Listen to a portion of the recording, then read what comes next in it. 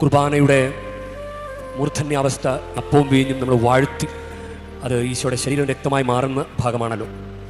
അപ്പോൾ ഒരാൾ അങ്ങനെ വാഴ്ത്തുന്ന പ്രധാനപ്പെട്ട ഭാഗത്ത് വീഡിയോ പിടിച്ചുകൊണ്ടിരിക്കുന്നത് കണ്ടു. അപ്പോൾ ഒരു 21 വയസ്സുള്ള യുവാവ്, അവൻ കുറച്ച് തീക്ഷ്ണതയുള്ളയാളാണ്. അവൻ അയാളെ വിലക്കി.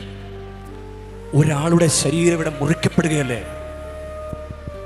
ഈശോയുടെ ശരീരം മുറിക്കപ്പെടുന്ന ഈ സമയത്ത് നമുക്ക് വീഡിയോ പിടുത്തവും അശ്രദ്ധയും.